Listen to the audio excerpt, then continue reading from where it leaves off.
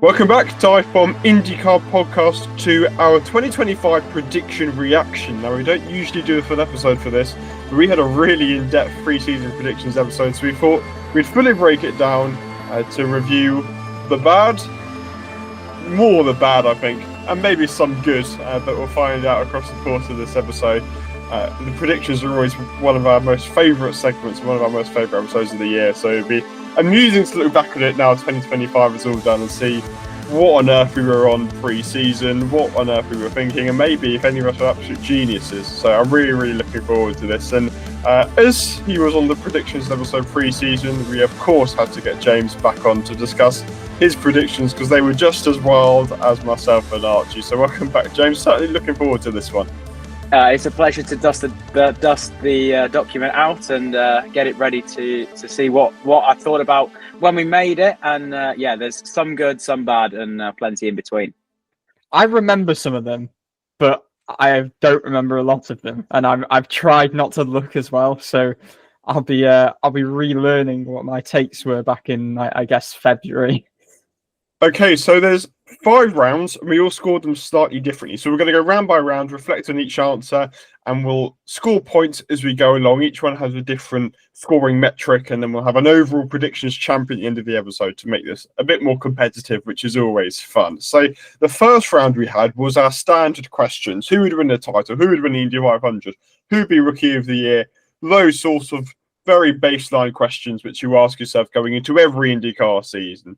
So the rule is it's 10 if you're right, 0 if you're wrong, and there's some like surprise which isn't necessarily binary who was the surprise. So we'll rate that out of 10 to see where they were on that list, and we'll have a winner for each round and a winner overall eventually at some point. But let's start off with our champion prediction. Now, me and Archie, I think we'll call 2 birds with 1 stone here, as we both went Scott McLaughlin fairly proudly pre-season. We were quite confident on this one. Really didn't pan out the way we expected it. I mean, I'll start with my thoughts, which were, at the end of last year, McLaughlin was showing such good pace on Rose Street over whatever weekend it was. He seemed to have a competitive car. Penske really seemed at the forefront every weekend. And for some reason, McLaughlin showed that in St. Petersburg, and it really didn't show it the rest of the year. He wasn't really particularly the quickest on any weekend, and he racked up a few podiums, but of course he went winless. Only got 3 podiums throughout the course of the year, and really just didn't come into 2025 in the same form that he was off 2024. And I still see exactly why we picked him. He had the most victories of anyone. I think he might have had the most podiums. There was a statistic. If it wasn't for St. Pete, he would have won the title last year. And he looked a better driver than Pelot did on ovals, and he didn't look a million miles off on road and street courses, which is sort of the impetus that I went along. And the form McLaughlin was showing consistently was really outstanding to me, which is why it's just so baffling that form didn't carry over to 2025, and he ended up being 10th in the standings, which was one of the huge disappointments of 2025. Yeah, I think I came away from 2024 thinking that he was probably the fastest guy in the field. It was the year that he got his first oval victory, and it felt like he'd become complete. He was the absolute package as an IndyCar driver. Obviously, he had all of his quips and jokes about now he could really be an IndyCar driver after that maiden oval victory. But yeah, it was just a very scrappy year. There were errors that we haven't really seen from him since his rookie season, and the pure pace wasn't there. Obviously, he was struck by a lot of the same misfortune that Penske on a wider scale were struck down by, but also from a performance side, it was nowhere close to being anything that would amount to a title challenge, I don't think. And yes, of course, set off on a good note in St. Pete, but never really reached those heights again throughout the remainder of the season. So understandable prediction, but a one that leaves us with a bit of egg on our face. Yeah, I went particularly safe predicting Alex Pelot to win the title. It was I didn't expect it to be how it happened, though. We'll get on to some of the questions later because that relates to how the championship actually unfolded. But I wasn't quite expecting Pelot to wheel out with 5 wins of the first 6 races, 8 wins, 3 second places and a third place to obliterate the field with a 196-point advantage. So, I mean, I'll take the points. for predicting Palou. It was the most boring prediction on this list so far. And looking down, I don't think there are any that get sort of more play it safe than that. But it was such a stunning season for Palou. I mean, we delved into this when we had a look at the season review. There's only so many superlatives you can use because it's something that we may never see again. It was so sublime, and I mean, the thoroughly deserved championship. Well done, James. Nice start for you. 10 points straight away on your board for the 2025 prediction review. Again, McLaughlin one is a bit frustrating, but hey-ho, and my frustrations of Scott McLaughlin carry on into my Indy 500 win. Obviously, this one's a bit more difficult because you are predicting a race 3 months in advance. But again, Penske showed so much pace at the Speedway last year. McLaughlin was the quickest of all of them. Didn't quite have the race pace and didn't quite have the experience running up front, but I felt that bit of time he did have running up front would really help him into this year. And then it could have gone well catastrophically wrong. Crashed in practice ahead of qualifying day 2 in the battle for pole position, and then obviously crashed before the race starts. So, and we'll have many more embarrassing predictions, but that's a really embarrassing one to continue. It was about as far away from a victory at the 500 as I think you could have possibly got for Scott McLaughlin. I mean, you picked a driver who did negative laps, and I picked his teammate Joseph Newgarden, which, I mean, when he was demoted from the Fast 12 down to the back row, felt like it could have been a bit of a disastrous call. And then actually, when he was back up in the top 10, I think even the top 5 before the halfway point of the race, he was in genuine contention, and he possibly looked like the guy poised to win and be the first ever three-peater in the 500 until obviously he was then struck down. I think it was a fuel pressure problem on this occasion. So, yeah, I was robbed of what would have been it was a safe call, but it would still have been, especially after the events of qualifying and the penalties, a quite sublime call. Not knowing that all of that was going to happen, obviously, when I made this prediction. I got the right team, but the wrong driver in Scott Dixon. I thought it was finally going to be Dixon's time for a second Indy 500 victory, 17 years after his first in 2008, but not to be. 20th place finish for Dixon, but below one. So got the right team, but not the right driver. So 0 points all round. Dixon I think wasn't much worse than McLaughlin, was he? Because he had an issue pretty much right at the start, didn't he? So we both did not have a good opening laps for our predictions, did we? So. Bit of a yikes. I mean, I think Palou was, as much as Alex Palou was still an outsider heading into the Indy 500's prediction, but 0 points there. I feel like all our predictions were very reasonable, but obviously it didn't quite happen. And again, left a bit embarrassed by my Scott McLaughlin prediction there, which it might be a theme across the course of this episode. But in better waters, we can move on to the Rookie of the Year, who did we all go for Louis Foster in the end? Yes. Yeah. I think Foster was quite obviously the safe pick coming in Indy next. I did think he'd have more of an advantage over Schwartzman, to be completely honest, given Foster's experience. And I know RLL's package is not great, but you'd still expect to be stronger than the new Prema package. And for Foster to leave it so fine, I thought was actually a bit of a surprise and maybe slightly underwhelming, to be completely honest. But the RLL package really did not seem competitive, especially on race days. But we did all get that right, which is the good news. I feel again, it was a fairly safe option. I feel like Schwartzman would have been a bit brave and Abel would have been even braver. So 10 points on the board there. I'm not taking too much credit for that one, though. It was quite a safe one. He almost didn't win it either. I mean, he was a ludicrous Robert Schwartzman block away from not winning it. I do think he's a deserved winner. I know Schwartzman obviously had the highs of the Indy pole and a few particularly standout oval performances, but he didn't really shine at all elsewhere in the season, whereas Foster obviously had his very impressive record consistently in road course qualifying. He obviously got that pole, and race day was just an issue team-wide. And it probably was a surprise that he didn't get a top 10, but I think there's decent foundations there. I think he built a pretty good platform and showed good pace. It's just about knitting it all together, but he was a deserved winner. I have to say, I didn't expect RLL to struggle just as an organisation as much as they did. Every season we kind of hear the same things from Graham Rahal and the leadership about how they've taken the low-hanging fruit and this is the one. But in the end, I mean, as you say, probably deserved. He was particularly consistent every time you looked up. Louis Foster was the rookie to be looking out for, and Did just limp over the line, but points all round, I think.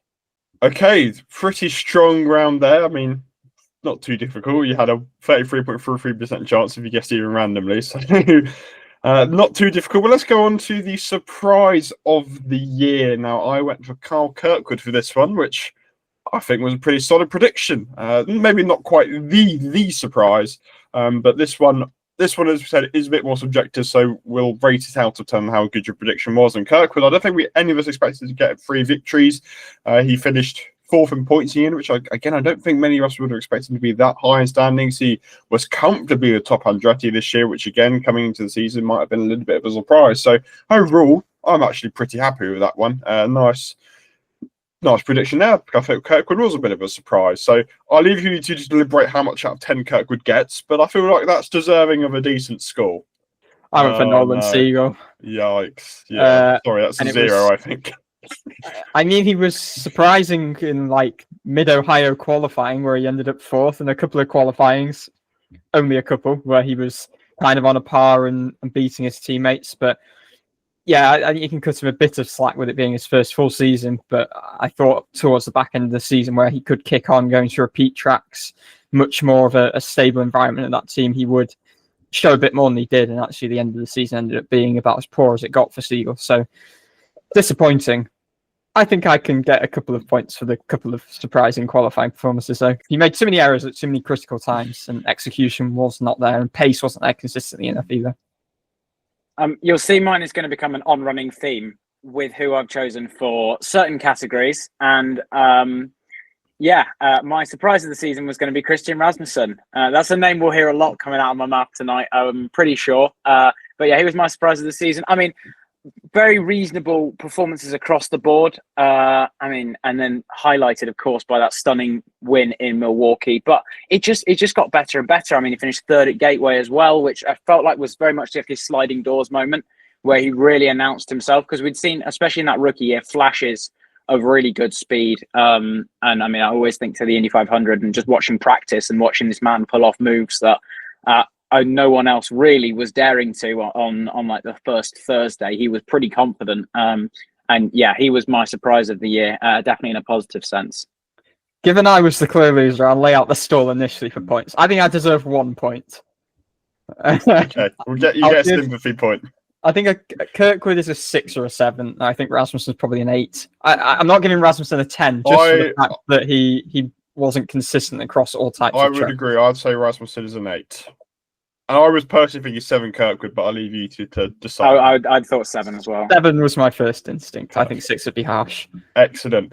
Okay, let's go on to the best new face in a new place for 2025, which is the drivers who switched team across the course of 2024-2025 off-season. So Christian Lundgaard, we had moved from RLL to Aaron McLaren. Marcus Armstrong moved from Chip Ganassi Racing to Meyer Shank Racing. We had David Malukas move from Meyer Shank Racing to AJ Foyt Racing. We had Rinus VeeKay go from Ed Carpenter Racing to Dale Coyne Racing. Alexander Rossi went from Aaron McLaren to Ed Carpenter Racing. Stingray Robb went from AJ Foyt Racing to Hunkos Hollinger Racing. So those are the new faces in new places for 2025. And a lot of them, I'd say, were quite impressive. Lundgaard was quite impressive. Lucas was pretty impressive. Armstrong was pretty impressive. VeeKay was pretty impressive. So quite a few there who would score quite decent points. They did do well in their new teams. And I went for Christian Lundgaard. I feel like he's the correct answer here. Had an excellent first season at Aaron McLaren. 6 podiums was way more than I think we expected. I think we would have been impressed with 1 or 2, but to take it with 6 was super impressive, and the pace showed. He was one of the only ones even close to pull out points at road courses across the course of the season. He really looked at home at Aaron McLaren this first season. It was an excellent first year up in Papaya, as you said, for Lundgaard. So very impressive first season, and I think he probably is the best new face and new place for 2025. That was mine as well. Yeah, I mean, I don't think really I expected Lundgaard to quite hit those peaks straight away. I mean, he hit the ground running with 3 podiums in the first 4 races, which was particularly strong, especially as with how much we'd seen Rossi struggle in that number 7 seat, and how Rosenqvist as well had never really made it their own. To see Lundgaard do that straight away was so impressive to me. But yeah, as you say, there were some pretty strong candidates overall across the board. I mean, VeeKay dragging that 18 car up the field after it had such a poor season the year before. There was another standout, but I think it's difficult to look past just how strong Christian Lundgaard was. I'm so used to saying Christian Rasmussen, and I will continue to say it. But yes, Christian Lundgaard was particularly strong.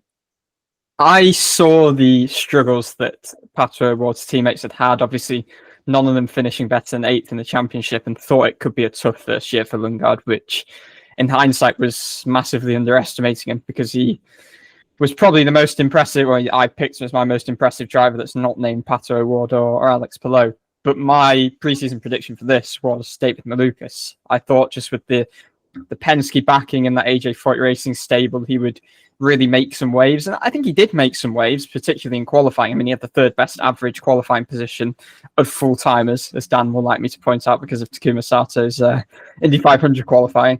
He had the 3rd best qualifying average of all the full-timers, which is extremely impressive. It just happened to be that on Sundays he wasn't converting that. I think he was in the top 10 five times across the course of the season, which is probably not what he deserved. I know he had a lot of issues out of his control. He also made a lot of mistakes, but I don't think it's a horrible call. He's just clearly not the winner for this category. So I think Lundgaard getting a 10 is fair, because I think he probably was the one. Malukas, I'd probably say a 5. Yeah, give me half your points. I think that feels fair. Excellent. Okay, let's go on to the most improved. This one didn't go as well for me. I'm going to give myself a 0 straight away. I'm not even going to argue it, because I went for Joseph Newgarden, who... Same. Yeah, we thought 2024 was difficult. 2025 was even more rough. And we've spoken about all the struggles with various varying amounts of fortune across the course of the year. But it was just another disaster year for Newgarden, as we said many times. We don't need to go into it again. But yeah, that's a straight 0 for me. It definitely was not an improved year for Newgarden.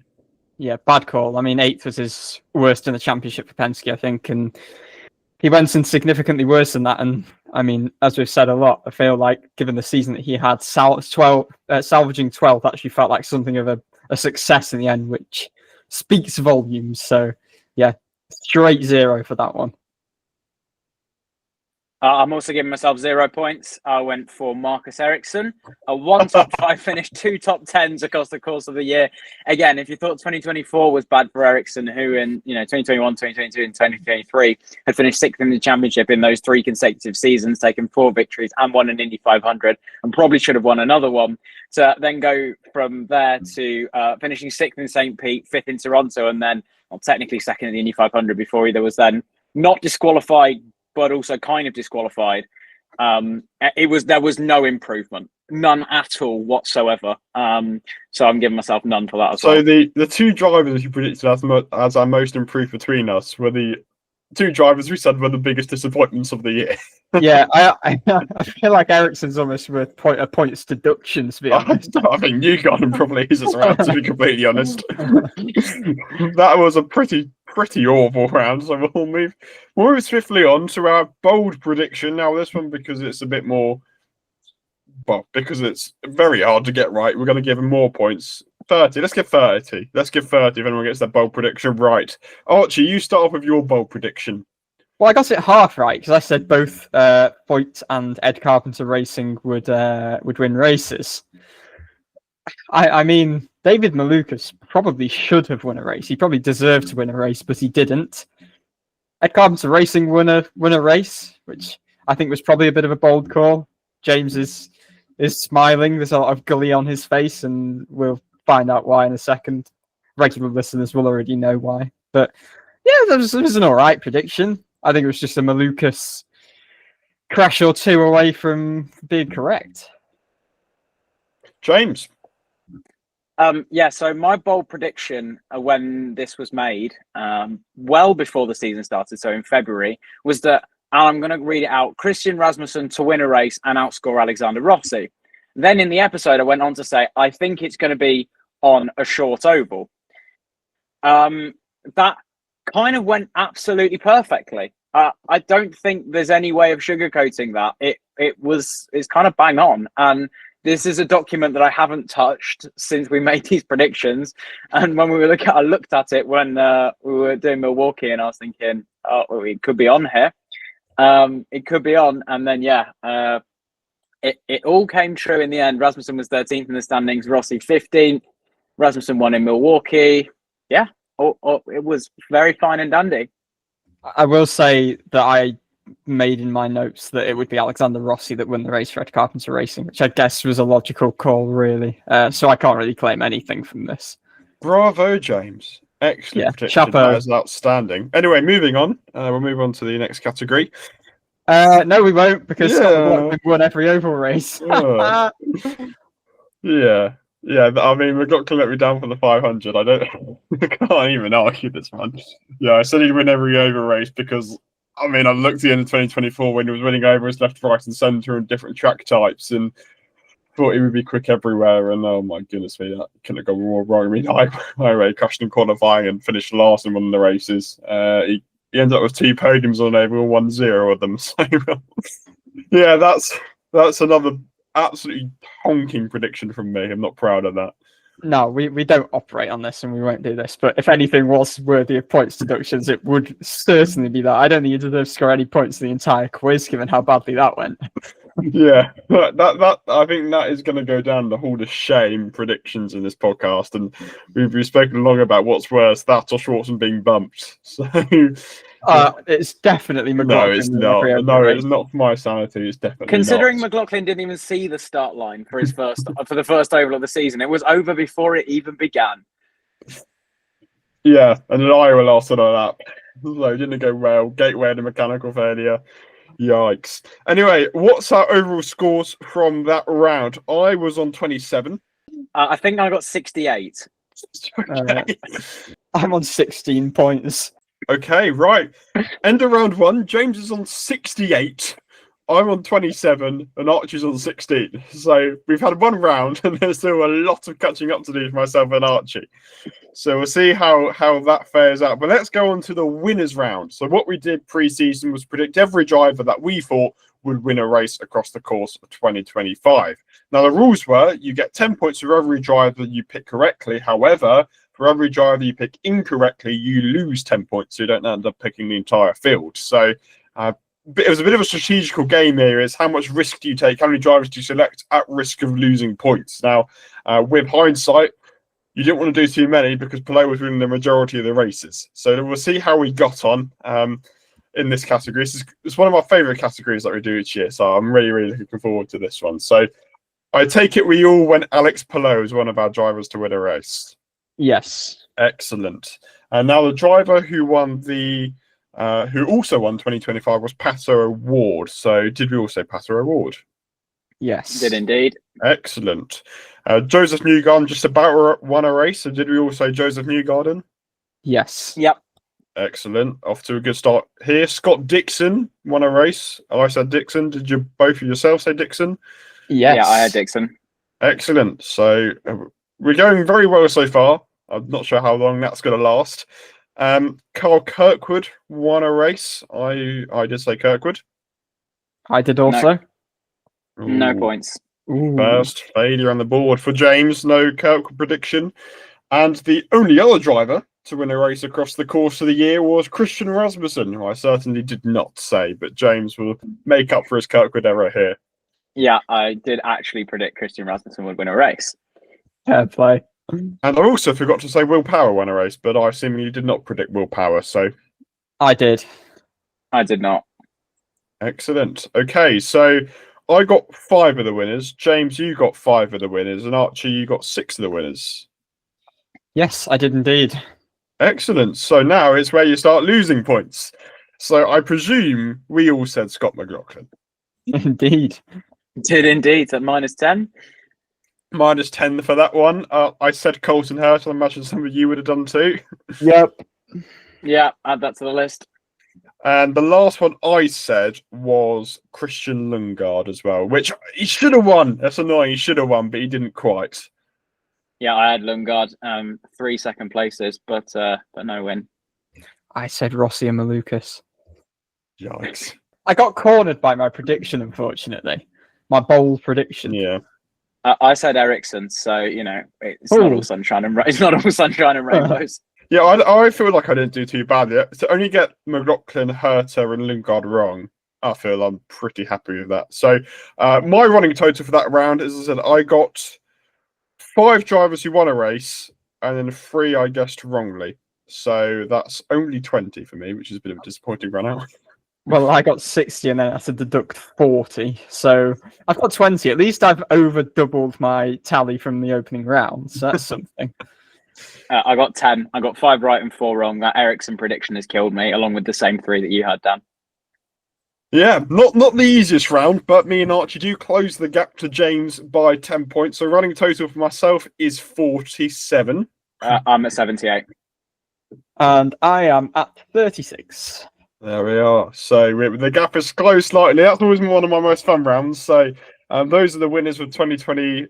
Oh, you're all in the positive. We're all in the positive. Nobody lost points. So well done, chaps. That's a decent round. I feel like Thanks, I previous guess. years, myself and Archie have gone like way too many people, and we would have got ridiculous minus points. But I'm pretty happy with that one. That's not too bad. We're all in the positive, so that's good. So the next round, we asked 10 yes or no questions, based on various storylines that we thought might happen throughout the course of the season. So, as you expect, 10 points if you get it right, 0 points if you get it wrong for this round. So the first one was whether we thought Alex Palou would get a maiden oval victory in 2025. The answer is obviously yes. He ended up winning both the Indianapolis 500 and a short oval at Iowa, which certainly didn't expect to be the oval champion as well, didn't we? Because he got the most oval points for any driver. I think that was certainly unexpected. But a question we asked was, did he win an oval race? I said no. So that's 0 points for me. Ooh, I said yes. I said, and I'm going to read it out, I don't think so. Maybe at Indianapolis.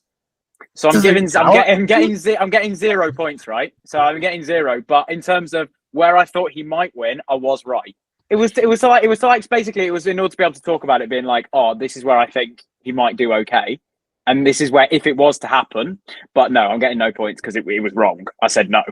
It's like having a multiple choice question where you're told to tick one box, so you just tick multiple. Yeah, James cheating here, so at least you're honest and gave yourself 0 points. So Archie, nice start for you there. Our next one was, would Colton Herta be on the grid in 2026? I said no, and we now know that he won't be because he'll be moving over, we expect, to Formula 2. I said no too. I said yes. This lead is getting cut rather quickly. I like this. I feel like it wasn't quite in the way we envisioned. I don't think we'd have expected him pre-season to end up in Formula 2. I thought we were more expecting Formula 1 because he'd finished top 4 in a championship and get a super license. That didn't happen, but he's still not on the grid next year, so we still do get our points. The question wasn't whether he reached F1, so I'll happily take my 10 points there. Our next one was, would Kyle Larson complete the 1,100 miles of the Indianapolis 500, the Coke 600? Well, he didn't finish either race, so I don't know how many miles he did, but I doubt it's many more than about 700. The Indianapolis 500, he crashed out after probably about 300 miles there or thereabouts. So yeah, that just passed midway, I think. So not a great prediction there, and I said yes. So that's nothing for me for that category. I said yes as well. Don't worry, I'm still on 0 for this round. I said yes as well. Wow, Nice. James, not a good Celebrating start. the downfall here. Yeah, you used all your prediction talent and guessing a bold prediction and have not been able to utilise any of it since. Let's go on to, will Prema get a podium in 2025? I said no, he obviously didn't. I think Callum Minor was the closest. He got 6th at one point across the course of the year. So they did not get a podium. So a nice 10 points for me there. I said no. I said no as well. So points all round. Nice, I'm not that's the board for that you, James. Took you long enough. Now, the next one was, would there be a collision between teammates? Now, I can't recall one personally. Yeah, I don't think there was one this year. I can't recall one. I'm trying to think. Yeah, I don't think it happened. Petskis didn't crash into each other. They had every other disaster, but I don't think they crashed into each other. No, I think actually. Like, I feel like McLaughlin and Newgarden had a bit of a scuffle at like Road America, but it wasn't like a crash. Yeah, there wasn't like a major incident where somebody was out of the race because of a teammate collision. There wasn't one at the 500. No, Anyway, I said it would happen. Safe. Yeah. Yeah, I said it would happen as well, so I still get 0. Well, it doesn't really matter. We've cancelled each other out regardless of whether there was one or there wasn't. So.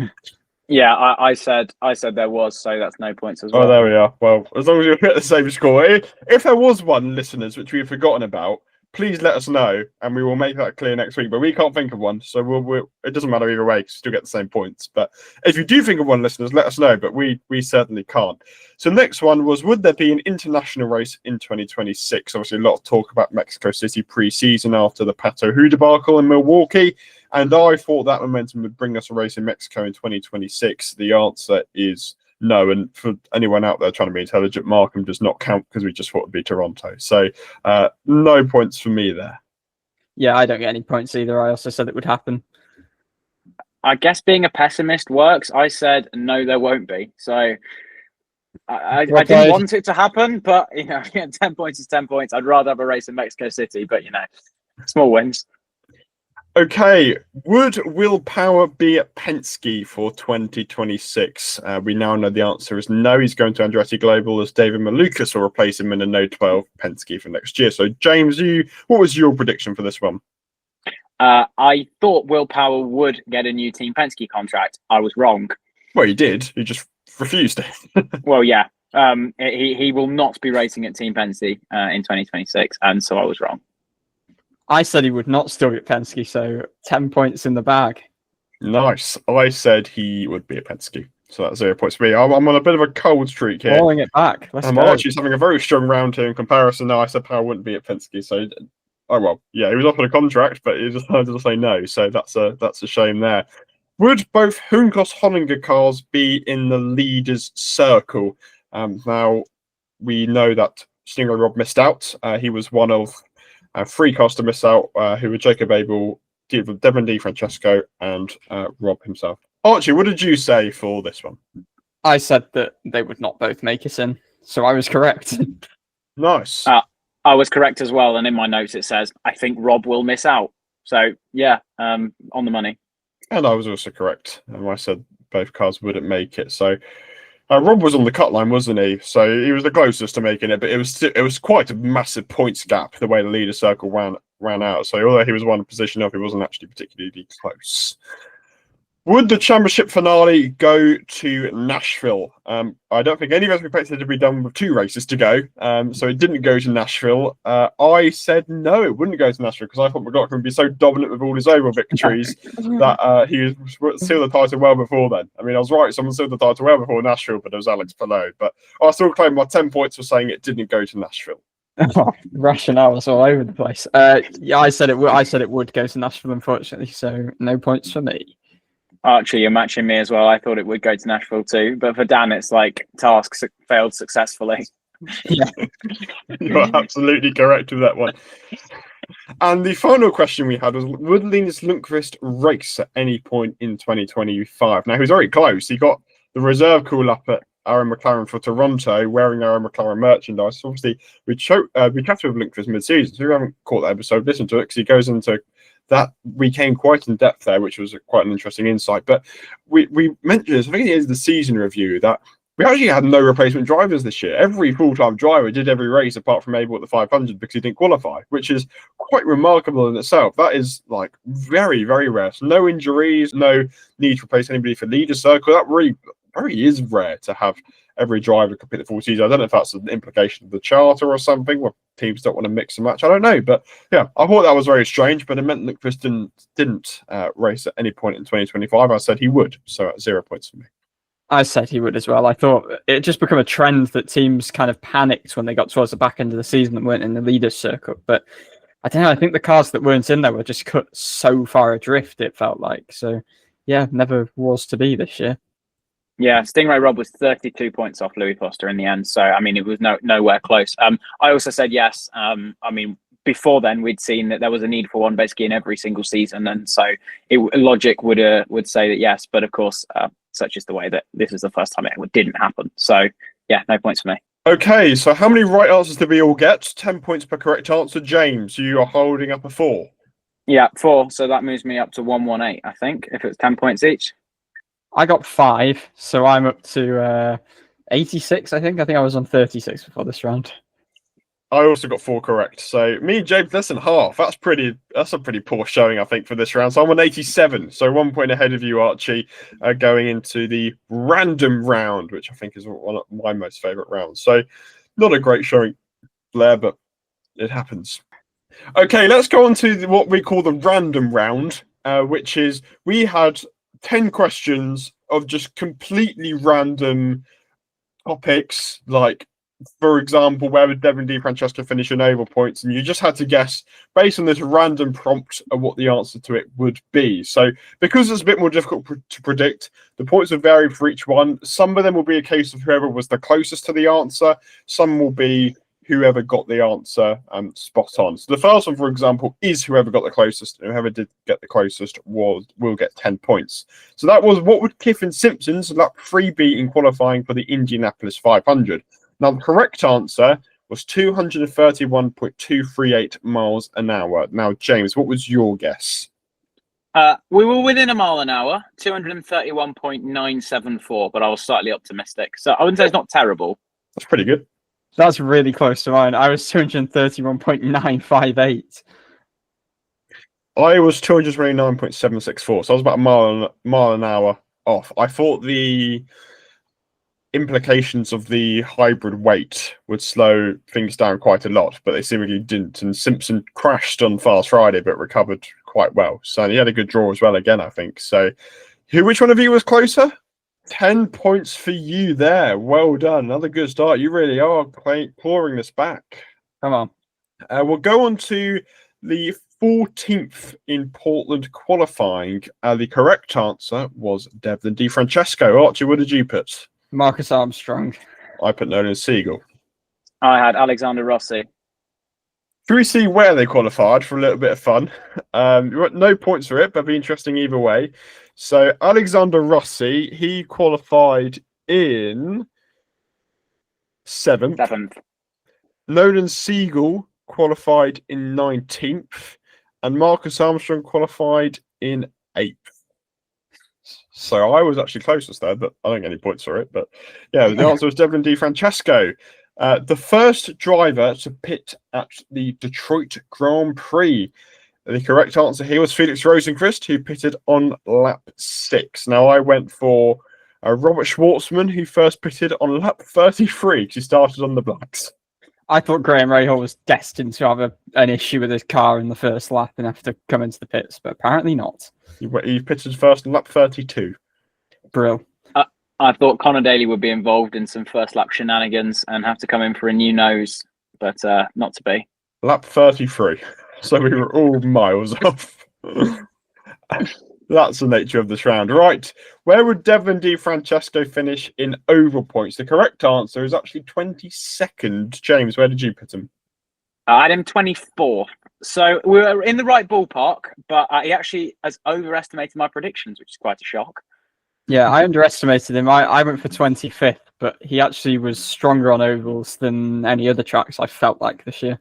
Yeah, I think he was. And I actually also went 25th in oval points. So a bit disappointed there. He finished 22nd. I mean, he got a lot of points from the Indy 500. He was 14 points ahead of 25th. So bad 500 would have knocked him down there. He was 8 points ahead of 24th, James. So wasn't too far off. But 25th was actually Nolan Siegel. So Abel, Rob Siegel, Ilott, and Rahal finished lower than him in oval points, interestingly enough. So another 0 there. I feel that's a pretty common bit of this round, just because it's just such random guesses. So the most finishes in 16th. Now, this was actually a three-way tie between Robert Schwartzman, Connor Daly, and Colton Herter. James, who did you go for? I had Robert Schwartzman. Nice. Which is a nice 1 in 9 pick there if it was a tied for 3 and the 27 full-time drivers. So yeah, that's very lucky.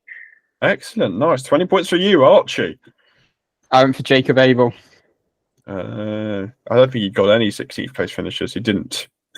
So 0 for you. And I went for Louis Foster, we all went for different rookies. That's pretty interesting.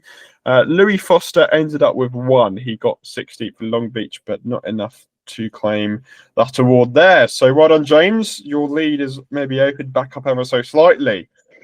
Who would retire first at Gateway? The answer was Will Power. Obviously had a tyre failure sort of fairly on, so that ended his day. We were just discussing off camera that Devin DiFrancesco obviously crashed quite early on but that's for the race he ran over the cameraman, and got back in the car to complete more laps. So he was classified ahead of Power. So technically, Power was the one who retired first. So Archie, what did you put?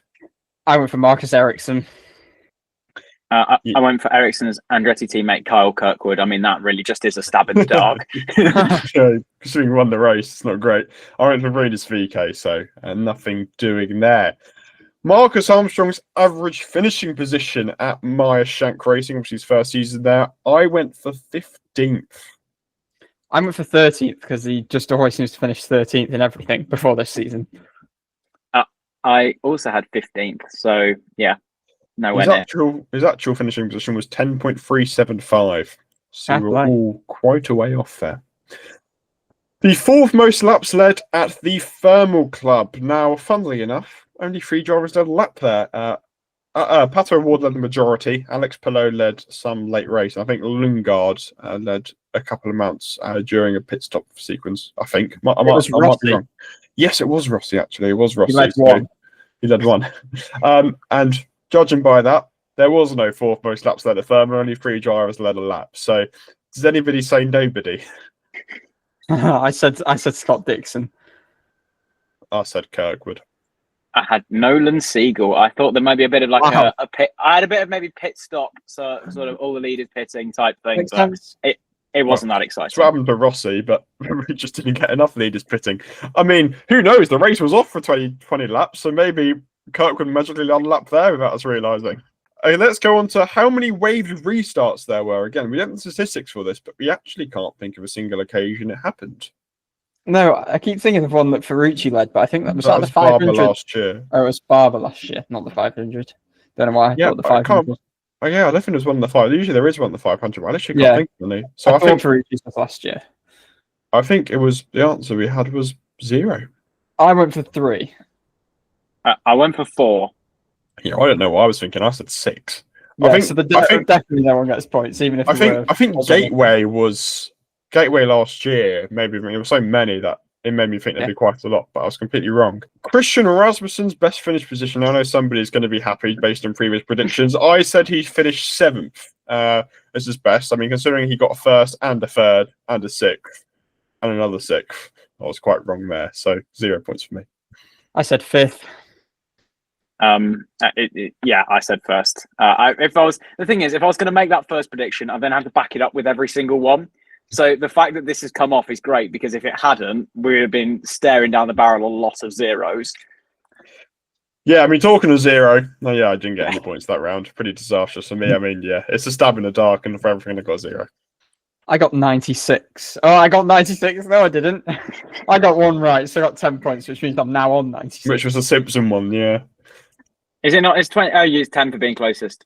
Yes. Yeah. So I got 2 bang on, so I got 40 points. So that's up to 158. Wow. All right. We have some work to do, Archie, in the final round.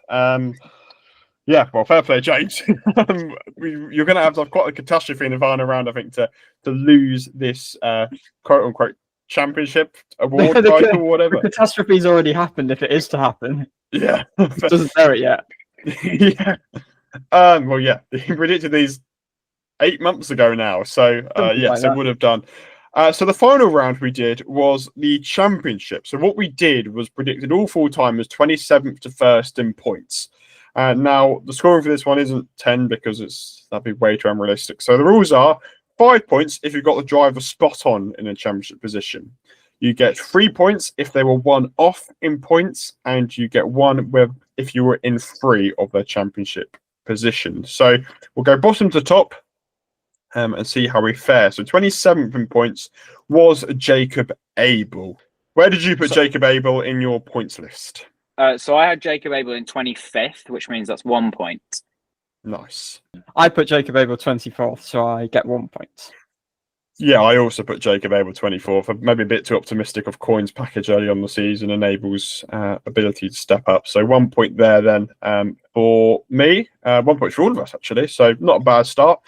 Okay, 26th was Devlin Di Francesco. Archie, where did you put Devlin Di Francesco? Got him bang on. Nice. Excellent work. I put him 25th, so I was 1 off. So that's 3 points there for myself. Archie, I'm joining you. 26th as well. Oh, not what we needed. Oh, great start for me. Stingray Rob was 25th. I put him in 26th, so I get 3 points there. He was 25th for me. Nice. I put him in 27th, so just the one, unfortunately. Archie, good start for this round for you. Well done. Nice. I'm coming for you, James. So 24th in points was Robert Schwartzman. I had him 22nd, so 2 off, so 1 point for me. James. Got it bang on, 24th. Oh, wow. Well played. I got him 20. I had him 22nd as well, Dan. So point for me also. You boys made a very good start to this, whilst I haven't. So a lot of fives go round early doors here. 23rd was Louis Foster. James, where did you have Foster? I'm going to go bang bang here. I had Foster 23rd as well. Wow. Whoa. Great start. Archie. I had him 21st, so I get a point. And I had him 20th, so I also get a point there. So a lot of points in the boards early doors. We've made some good predictions at this end of the table. A lot of fives. I mean, none for me so far, but maybe it'll come later. We move on to 22nd in points, who was Nolan Siegel. Archie, where did you put Siegel? He was your surprise, so this is going to be intriguing. Yeah, I put him 16th. Yeah, I actually put him 14th, so someone put him better. Wow. I had him in 17th, so yeah, no luck there. I didn't realise he was that low in points, 22nd. Wow. So yeah, I was 8 positions off. So that's a fat zero for me. I mean, it's a fat zero for all of us. So maybe that speaks to how disappointing Siegel was versus our expectations. 21st was Callum Ilott. Archie, where did you put Callum Ilott? I had him 19th, so I score a single point. Yes, I had him 18th. So again, I'm within 3. So another point for me. James? Going bang bang with the Premers as well. 21st Callum Ilott. It gets worse, I promise you. I'm looking up the list. It gets significantly worse. How many correct answers have you got so far? I think this is my 4th correct. So 4 of the first 7 correct. Chapeau again. Okay. It does get worse though. Yeah, I can imagine so. 20th, Marcus Ericsson. Now, James, it's only right to start where you've hit Ericsson. 8. So I'm going to disappear. I put him 11th, so it's not much better. Yeah, I put him 10th. So all-round disaster there. So I'll move swiftly on for James's sake, I think, there. 19th, Graham Rahul. I got this one bang on. So my first bang on, 5 points for me. I am 1 off, so I get 3 points up in 20th. I'm with you, Archie. I put him 20th as well, so 3 points. The one I get right, I'm still not gaining a massive lead here. Not helping me. 18th, Connor Daly. James, where did you put him? To be fair, I underestimated him. I had him 22nd, so no points. Well, we had this situation, didn't we, at the start of the season where it wasn't certain that he was actually going to do the season. So I put him last, thinking he wasn't going to complete the season. So the information was that Polka Dot had dropped out and he wouldn't have the funding. So I put him last, thinking he wouldn't do the season, but he did. So no points for myself and Archie there. Next up was one of the surprises of the season. Kiffin Simpson finished 17th in points. Archie, where did you put Simpson? I had him 23rd. As did I. I had Kiffin Simpson in 18th. So again, that's just 1 off. The Ericsson prediction is a sign of things to come. Don't worry. This is unbelievable. It's been a great start, James. Impressive. Okay, 16th was Santino Ferrucci. Now, I remember us feeling the thoughts were really difficult to predict. Ferrucci had such a great season last year, but there's so many other people you wanted to put above him.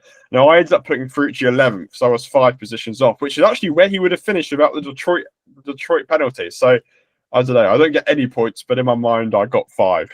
James. I had Ferrucci in 13th, so I was 3 off, so I get the singular point. But yeah, as you say, it was such a difficult one to predict because you'll see that I've got people who are like significantly lower who actually are quite a lot higher up on this list. And yeah, confusing. I don't score because I had him in 12th, so I was 4 off. Cool, same as you. I think I've been the one having the disaster this round mostly, so I think my hopes of a title are over. Alexander Rossi was in 15th. James, where did you have Rossi?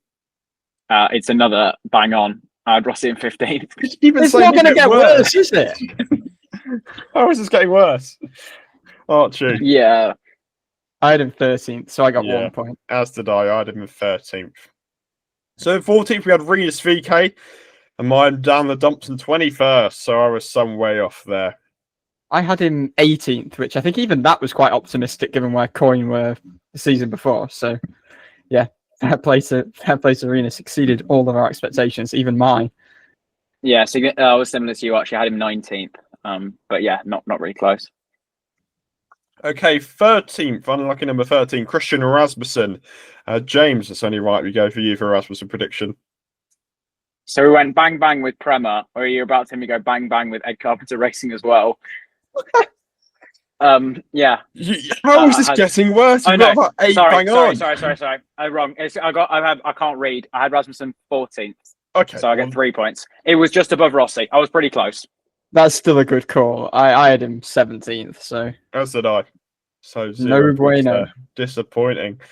Right, I don't think any of us getting points here. Joseph Newgarden was 12th in points. I put him 4th. I put him 3rd. I had him 4th as well. Right, moving swiftly on, I think, is the best way of doing it. David Malukas was in 11th in points. Archie, where did you have him? I had him in 10th. On the other side, I'm in 12th. I had him in 12th as well. 3 apiece. Yeah. Excellent. Scott McLaughlin was in 10th for now. Myself and Archie both know where we put him. James, where did you put him? 2nd. I mean, I thought it would come down to Palou and McLaughlin, and I went the other way than you two in the predictions, but yeah, we were some way off.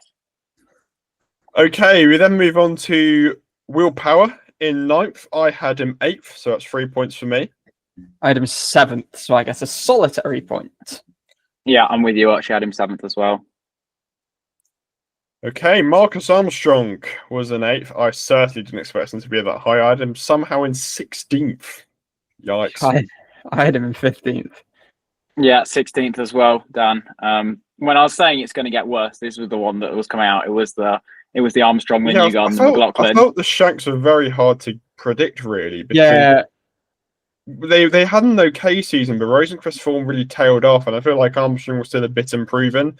And their general consistency across the course of the year, I think, was actually maybe a surprise that we didn't realise, because they weren't getting many results. They were consistently getting top 10s, which is why they were where they were at points at the end of the season.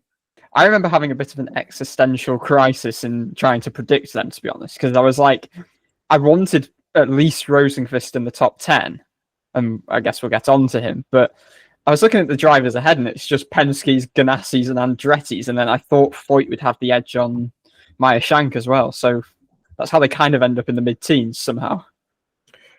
Okay, Colton Herta finished 7th in points. James, where did you have him?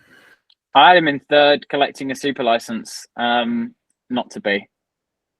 I had him in 4th, so I get 1 point for that, do I? Yes, and I had him in 5th, so I get 1 point for Herta as well there. Back to the Shanks, unfortunately. Rosenqvist, Archie, where did you have him?